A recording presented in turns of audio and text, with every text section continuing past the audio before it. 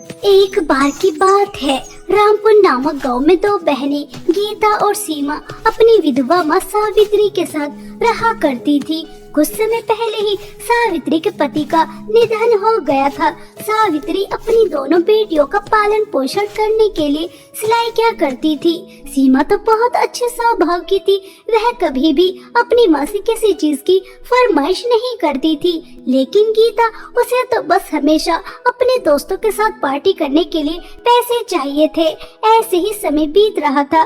School में exam चल रहे थे, लेकिन गीता एग्जाम देने नहीं जाती। सीमा को उसकी चिंता होने लगती है और वह अपनी बहन को एग्जाम देने के बाद ढूंढने जाती है तो उसे पता चलता है कि वह एक क्लब में दोस्तों के साथ पार्टी कर रही है।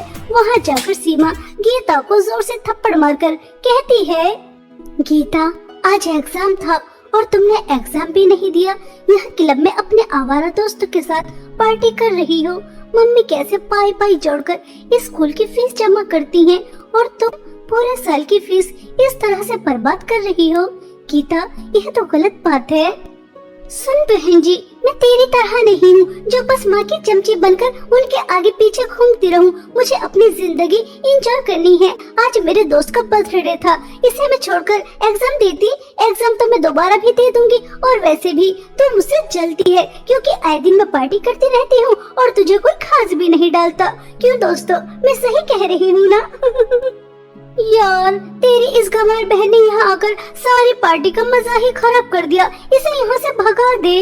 अपने दोस्तों की बातें सुनकर गीता अपनी सगी बहन को पार्टी से धक्के मारकर निकाल देती है। सीमा को बहुत दुख होता है और वह रोते हुए घर वापस आ जाती है। सावित्री की तबीयत ठीक नहीं थी, इसलिए वह अपनी माँ को अपनी बहन की शिकायत नहीं लगाती क्योंकि सावित्री की तबीयत और ज्यादा खराब हो जाती।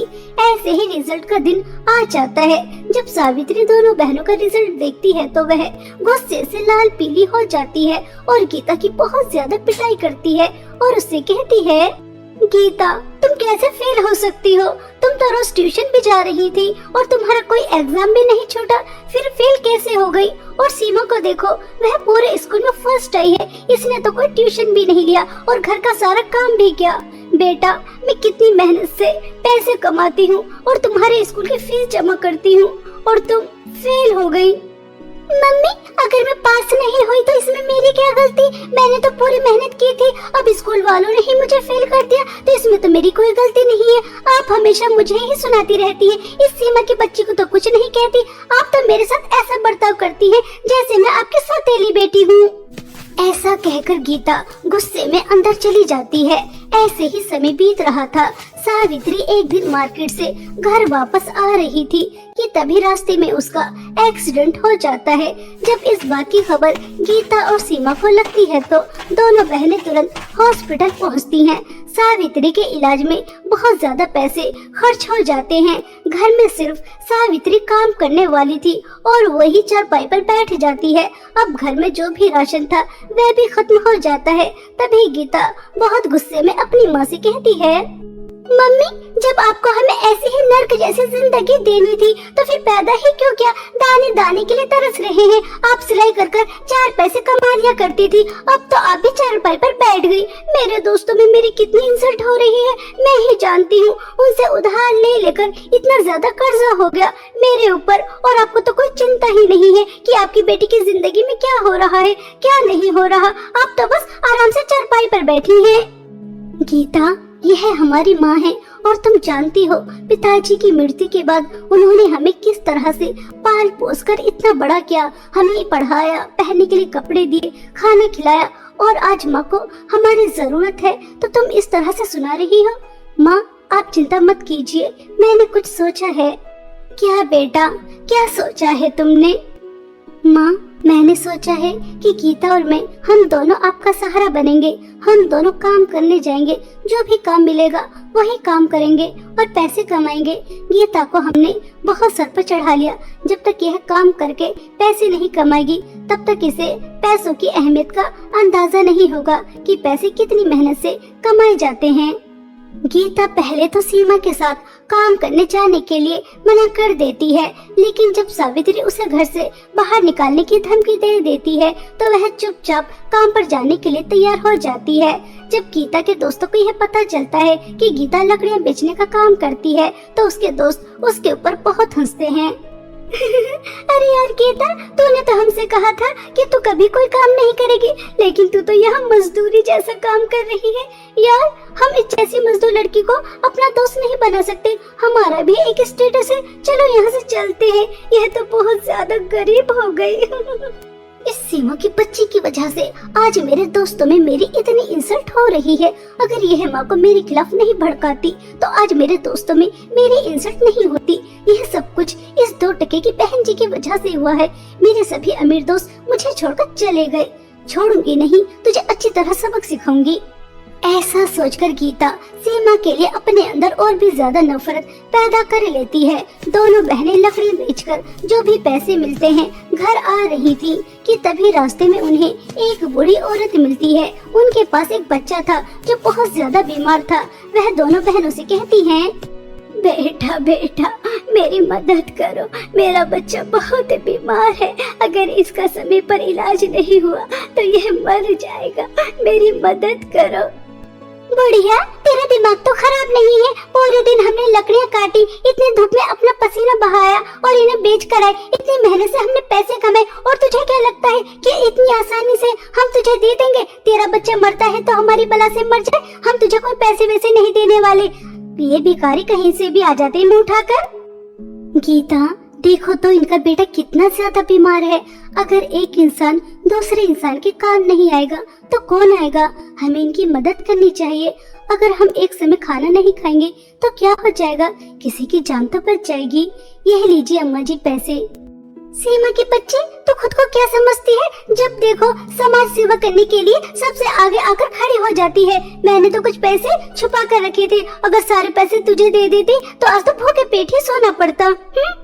इसी तरह दोनों बहनें कुछ दूर और चलती हैं तो उन्हें बहुत ही ज्यादा चमचमाता हुआ फ्रॉक नजर आता है, जिसे देखकर दोनों बहनें ही चौंक जाती हैं कि तभी वहाँ पर एक जादूगरनी आती है और वह दोनों बहनों से कहती है, तुम दोनों का मेरे इस जंगल में बहुत बहुत स्वागत है। शायद तुम रास्ता भटक गई तभी यहाँ पर आई हो, वरना यहाँ पर कोई नहीं आता।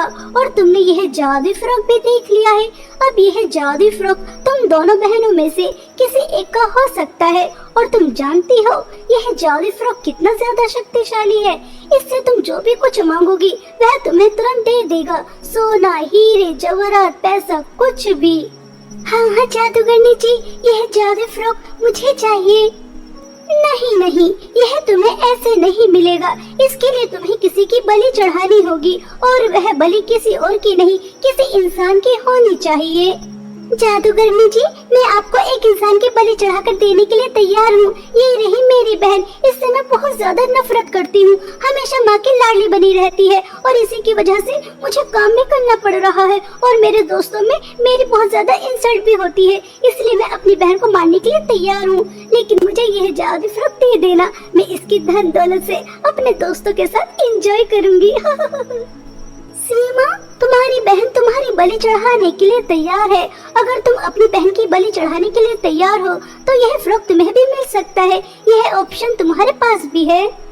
जादूगरनी जी, अगर आप दुनिया की सारी धन दौलत भी मेरे कदमों में डाल दोगी तब भी मैं अपनी बहन की बलि नहीं चढ़ाऊंगी।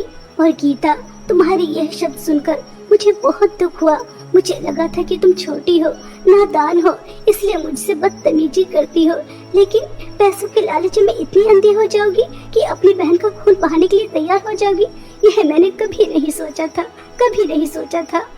ऐसा कहकर सीमा बहुत ज्यादा फूट फूट कर रोती है, लेकिन सीमा के इन आंसुओं से गीता के ऊपर कोई फर्क नहीं पड़ता और वह जैसे ही तलवार उठाकर सीमा की गर्दन उतारने वाली होती है तो वह एक बिल्ली के रूप में आ जाती है। अपनी बहन को बिल्ली के रूप में देखकर सीमा घबरा जाती है। तभी वह जादूगरनी सीमा से कहती है, सीमा, यह लो जादू फ्रॉक, यह तुम्हारा है। इससे तुम जितनी चाहो उतनी धन दौलत मांग सकती हो। मुझे हैरान होकर देखने की जरूरत नहीं है। तुम्हारी बहन को उसके लालच का फल मिला है। तुम्हारी बहन बहुत ही ज्यादा लालची और बुरे स्वभाव की थी। मैं इसी तरीके से परीक्षा लेती हूँ और जो लालच करता है उसे मैं इसी तरह से जानवर का रूप दे देती हूँ और जो लालच नहीं करता उसे मैं अपना जादू फ्रॉक देती हूँ। तुम्हें तुम्हारी अच्छाई का परिणाम मिला है। जाओ तुम अपनी माँ के साथ हंसी खुशी जीवन बिताओ। जादूगरनी जी, गीता मेरी छोटी बहन है और मेरी बहन बिल्ली बनकर अपना जीवन यापन करे, यह मुझसे नहीं देखा जाएगा। आप मेरी बहन को ठीक कर दो। चाहे तो आप जादू फ्रॉक मुझे मत दो, मैं अपनी गरीबी में ही खुश हूँ। बस मेरी बहन को वापस से इंसान बना दो। सीमा, तुम कितनी अच्छी हो। तुम्हारी बहन ने तुम्हारे साथ कितना बुरा किया, तुम्हें मारने के लिए भी तैयार हो गई, फिर भी तुम अपनी बहन के बारे में सोच रही हो। सच में सिर्फ तुम्हारी अच्छाई की वजह से मैं तुम्हारी बहन को इंसान बना रही हूँ। इतना कहकर जादूगरनी गीता को बिल्ली से इंसान बना देती है। गीता यह सारी बातें सुन रही थी तो उसे अपने किए पर बहुत पछतावा होता है और वह सीमा से माफी मांगती है। दीदी, मैंने हमेशा आपके साथ कितना बुरा किया, आपको कभी बड़ी बहन नहीं माना, यहाँ तक कि आपको मारने के लिए भी तैयार हो गई, फिर भी आपने मेरे लिए इतना सब कुछ किया। दीदी, आप बहुत अच्छी हैं, आपके अच्छे स्वभाव की वजह से ही माँ आपसे प्यार करती है। दीदी, हो सके तो मुझे माफ कर देना। आज के बाद मैं कभी कोई बुरे काम नहीं करूँगी, कभी कोई लालच नहीं करूँगी, बस आप मुझे अपना जैसा बना देना। सीमा गीता को माफ कर देती है और वह जादूगरनी दोनों बहनों का इतना प्यार देखकर बहुत खुश होती है और वह अपना जादुई फ्रॉक दोनों बहनों को दे देती है, जिसकी धन दौलत से दोनों बहन बहुत ज्यादा अमीर हो जाती हैं और अपनी माँ का इलाज बहुत बड़े हॉस्पिटल में कराती हैं। सावित्री बिल्कुल ठीक हो जाती है और जादुई फ्रॉक की मदद से अपना बहुत बड़ा बुटीक चलाती है और पूरा परिवार इसी तरह हंसी खुशी अपना जीवन व्यतीत करता है। गर्मियों की छुट्टियां शुरू हो गई थी। गर्मी की छुट्टियां मनाने मुनमुन अपनी नानी के घर गई। मुनमुन स्वभाव से बहुत ही जिद्दी और घमंडी लड़की थी। एक दिन की बात है, क्या मेरी प्यारी सी गुड़िया को भूख लगी है? नहीं, मुझे कुछ भी नहीं चाहिए। तो फिर तुम्हें क्या चाहिए? देखो, मैं तुम्हारे लिए ढेर सारे खिलौने लेकर आई हूँ। नहीं, मुझे ये बेमतलब के खिलौने नहीं चाहिए। एक बार देखो तो कितने सुंदर सुंदर खिलौने हैं। मैंने एक बार कह दिया ना, मुझे ये बेकार से खिलौने नहीं चाहिए। ऐसा कहते हुए मुनमुन ने सारे खिलौने उठाकर खिड़की से बाहर फेंक दिए।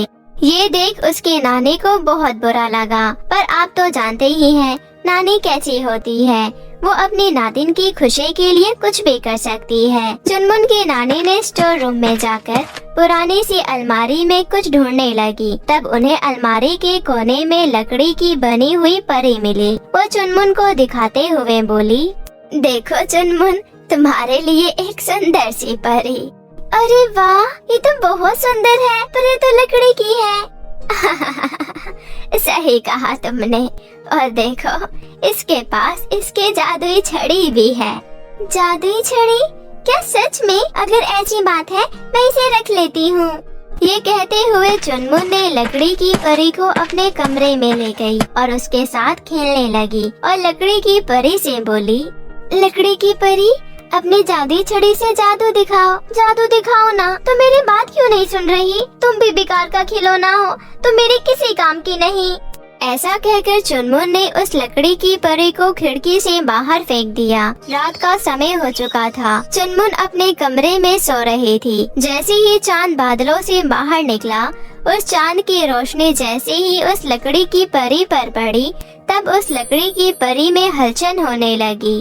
ओह, मैं कब से इस पल का इंतजार कर रही थी, पर मेरी छड़ी कहाँ गई? जल्दी अपनी छड़ी ढूंढनी होगी। अरे हाँ, याद आया, छड़ी तो चुनमुन के कमरे में है। मुझे जल्दी से उस कमरे में पहुंचना होगा।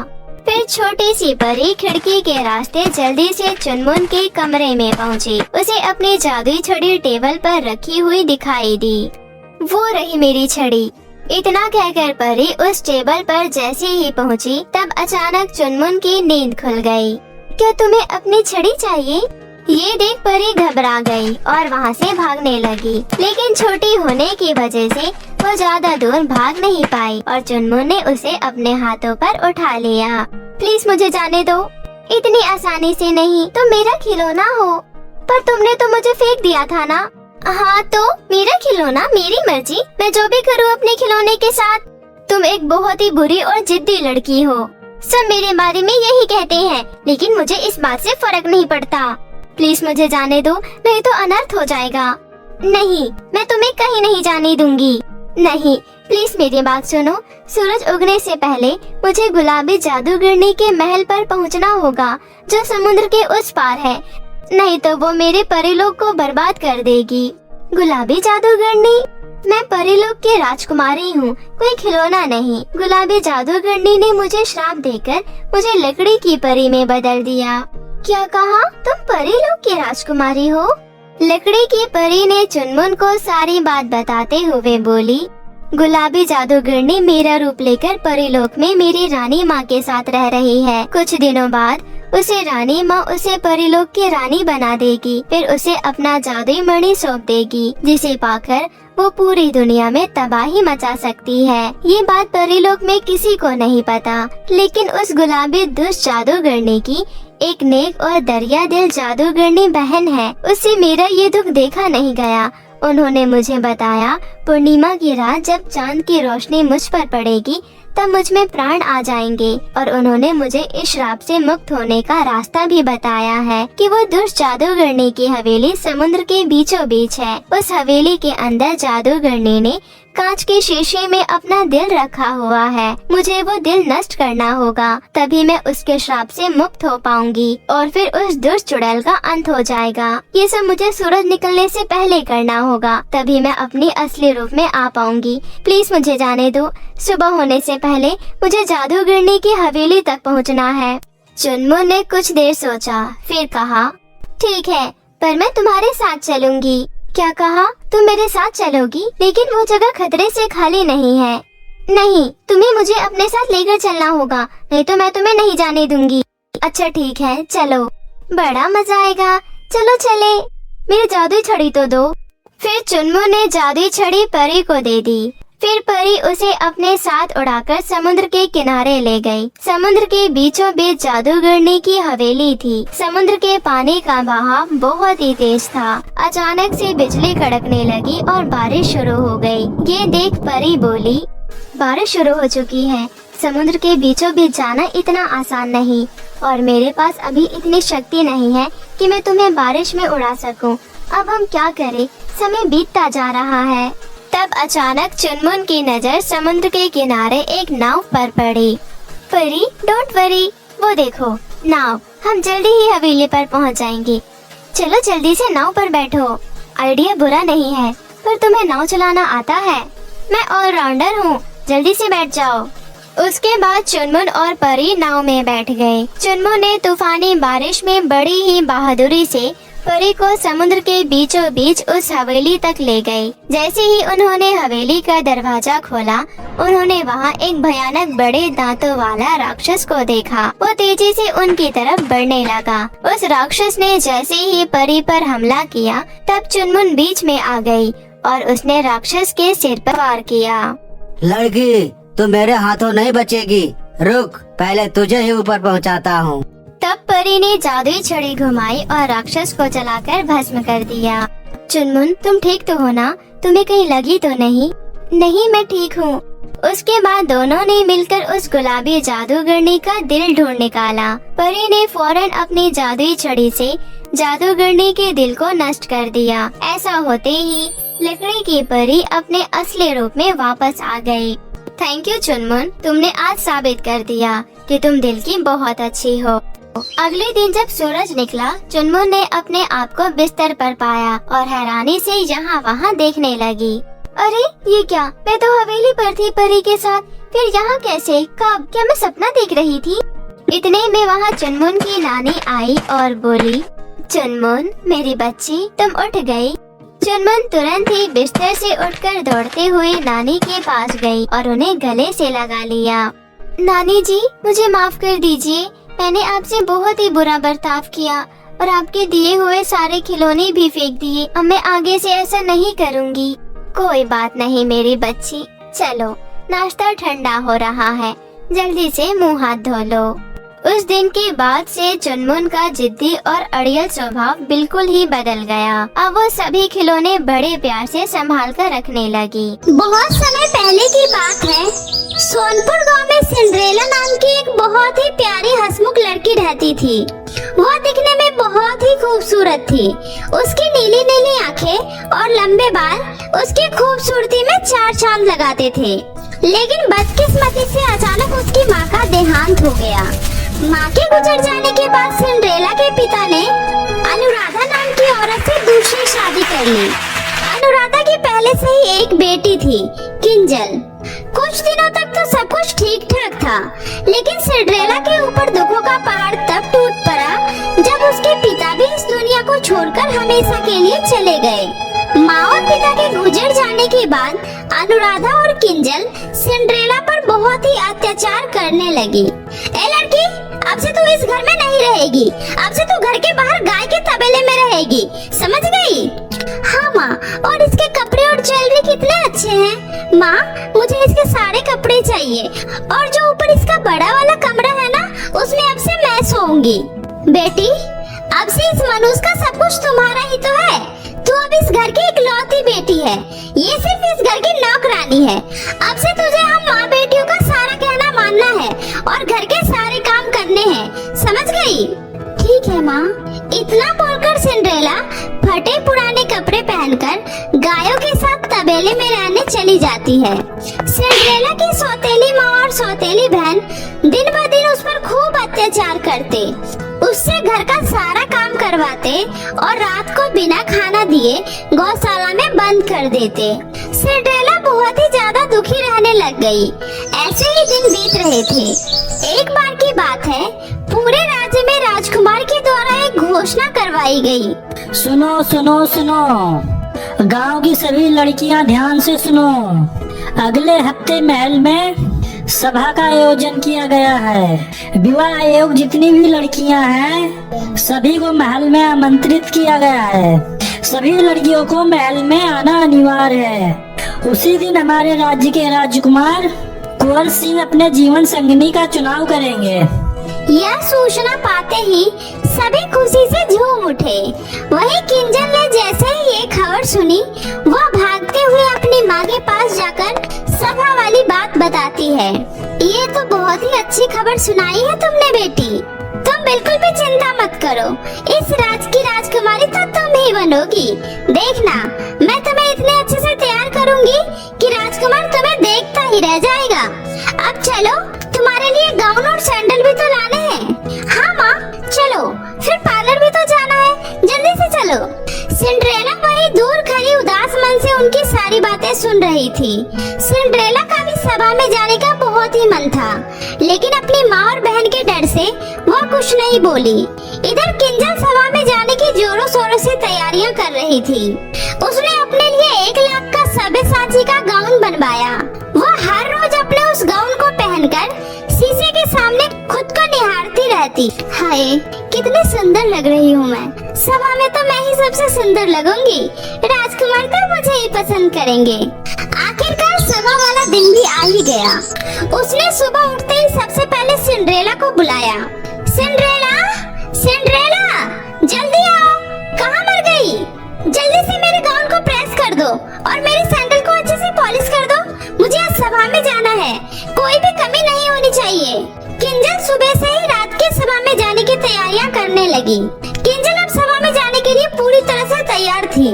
वाह, मेरी बेटी तो आज बिल्कुल परी की तरह लग रही है। भगवान बुरी नजर से बचाए। तभी सिंड्रेला डरते डरते अपनी माँ से कहती है, माँ, क्या मैं भी आप लोगों के साथ सभा में जा सकती हूँ? उन्होंने तो गांव की सभी युवा लड़कियों को बुलाया है ना? ये सुनकर दोनों माँ बेटी जोर जोर से हंसने लगी। शकल देखी अपनी, बढ़िया ही सभा में जाने वाली। अरे, राजकुमार को अपने लिए राजकुमारी चाहिए, नौकरानी नहीं, समझी? चलो माँ, हम चलते हैं। हाँ हाँ, चलो बेटा, कहीं देर ना हो जाए। और सुन नौकरानी, हमारे आने से पहले घर का सारा काम हो जाना चाहिए, समझी? उनके जाने के बाद सिंड्रेला घर में अकेले बैठकर खूब रोती है। आखिर मैं सभा में क्यों नहीं जा सकती? क्या मैं इंसान नहीं हूँ। आज गांव की सभी लड़कियां कितनी खुशी खुशी सभा में गई है और एक मैं हूँ जो यहाँ घर में अकेली बैठी हूँ। आज मेरे माँ बाबा जिंदा होते तो मेरे साथ ये सब नहीं हो रहा होता। सिंड्रेला रो ही रही थी कि तभी कमरे में अचानक एक प्रकाश हुआ और वहाँ एक बहुत ही खूबसूरत परी प्रकट हुई। प्यारी सिंड्रेला, चुप हो जाओ, उठो, मैं तुम्हें सभा में ले जाने आई हूँ। क्या सच में? पर मैं कैसे उस सभा में जा सकती हूँ? मेरे पास तो एक भी कपड़े नहीं हैं। तुम चिंता मत करो, मैं हूँ ना। इतना बोलकर परी अपना जादुई छड़ी घुमाती है और सिंड्रेला को एक बहुत ही खूबसूरत राजकुमारी में बदल देती है। सिंड्रेला उस दिन बहुत ही खूबसूरत लग रही थी। उसने एक बहुत ही खूबसूरत गाउन पहन रखा था और उसके पाँव में चमचमाती हुई लाल सैंडल थी।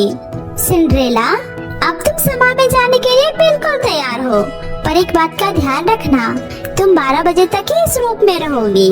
12 बजे के बाद तुम फिर से अपने पहले वाले रूप में आ जाओगी। सिंड्रेला, अब तुम जाओ। सिंड्रेला परी का धन्यवाद कर सभा में चली जाती है। सिंड्रेला जैसे ही महल में प्रवेश करती है, सभी की नजर सिंड्रेला पर ही टिकी रहती है। सिंड्रेला पूरे सभा में सबसे सुंदर और मासूम लग रही थी। सिंड्रेला के इस बदले हुए रूप को उसकी सौतेली बहन और सौतेली माँ भी नहीं पहचान पाई और हैरानी से सब सिंड्रेला की तरफ ही देख रहे थे। सिंड्रेला आज वाकई सबसे प्यारी लग रही थी। तभी अचानक राजकुमार कुंवर सिंह की नजर सिंड्रेला पर गई। राजकुमार को सिंड्रेला पहली बार में ही पसंद आ गई और वो उनके पास जाकर उसे डांस करने के लिए पूछा। सिंड्रेला खुशी खुशी राजकुमार के साथ डांस करने के लिए हाँ कर देती है। डांस करते करते अचानक सिंड्रेला की नजर दीवार में टंग रही घड़ी पर जाती है। हे भगवान, परी ने तो कहा था 12 बजते ही मैं फिर से वही फटे पुराने कपड़े में आ जाऊंगी। 12 बजने में कुछ ही मिनट बाकी थे। तभी सिंड्रेला वहाँ से जाने लगती है। क्या हुआ सुंदरी, कहाँ जा रही हो? मेरी बात तो सुनो। लेकिन सिंड्रेला राजकुमार की कोई बात नहीं सुनती है और घर की तरफ जाने लगती है। तभी भागते हुए उसकी एक लाल सैंडल वही महल में छूट जाती है, जो सिंड्रेला के पीछे भागते वक्त राजकुमार को मिलता है। घर आकर सिंड्रेला राजकुमार के ही ख्यालों में खोई रहती है। पता नहीं अब मैं दोबारा राजकुमार से मिल भी पाऊंगी या नहीं। वो मुझे कितना रोकने की कोशिश कर रहे थे, लेकिन मैं क्या करती। उन्होंने अगर मुझे इस हालत में देख लिया होता तो वो मुझे कभी नहीं अपनाते। ओफो, मुझे ज्यादा नहीं सोचना चाहिए। कहाँ वो राजकुमार और कहाँ मैं एक मामूली सी नौकरानी। हमारा कोई मेल नहीं हो सकता। सिंड्रेला रात की सारी बातें भूलकर अपने कामों में लग जाती है, लेकिन उसे बार बार राजकुमार का ही ख्याल आ रहा होता है। इधर राजकुमार अपने पूरे सैनिकों को उस लाल सैंडल वाली लड़की को ढूंढने में लगा देता है कि आखिर पता करो कि ये सैंडल किस लड़की का है। पता करते करते सैनिक सैंडल लेकर सिंड्रेला के घर पर भी आते हैं। आइए आइए, ये सैंडल तो मेरी बेटी किंजल का ही है। मैंने ही उसे ये लाल सैंडल दिलवाया था। लेकिन जब सैनिक ने उस लाल सैंडल को किंजल को पहनने को दिया तो वो उसके पैरों में बिल्कुल भी नहीं आता है। फिर भी किंजल बोलती है मेरी माँ ने आपसे बिल्कुल सही कहा था, ये मेरी ही सैंडल है। देखिए मेरे पैरों में कैसे आ गया। झूठ की भी हद होती है, ये सैंडल तो तुम्हारे पैरों से भी बड़ा है। इतना बोलकर वो सैनिक वहाँ से जाने लगता है। तभी उसकी नजर गौशाला में काम कर रही सिंड्रेला पर जाती है। तुम कौन हो लड़की? तुम इस सैंडल को पहन के दिखाओ। अरे सैनिक जी, इस गरीब नौकरानी को कहाँ ये सैंडल आएगी। बेचारी ने जिंदगी में सैंडल पहनना तो दूर देखा भी नहीं है, उसे रहने दीजिए। तुम चुप करो। राजकुमार का हुक्म है सभी लड़कियों को सैंडल पहनाकर चेक किया जाए, तो तुम हमें हमारा काम ना ही सिखाओ तो बेहतर है। सिंड्रेला जैसे ही उस सैंडल को पहनती है, वो सैंडल उसके पैरों में बराबर आ जाता है। क्या ये सैंडल आपका है? जी, ये मेरा ही सैंडल है। फिर सिंड्रेला को सैनिक राजकुमार के पास लेकर आता है। सिंड्रेला को देखकर राजकुमार कहते हैं, क्या तुम वही रात वाली प्यारी सी लड़की हो? तुम सभा से क्यों चली गई थी? मैंने तुम्हें कहाँ कहाँ नहीं ढूंढा। खैर, अब तो तुम मिल ही गई हो।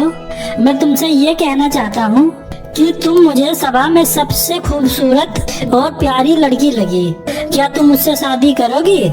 यह सुनकर सिंड्रेला के तो खुशी के ठिकाने नहीं रहते। सिंड्रेला शर्माते हुए हाँ कर देती है और फिर बहुत ही धूमधाम से राजकुमार और सिंड्रेला की शादी हो जाती है और फिर दोनों खुशी खुशी रहने लगते हैं।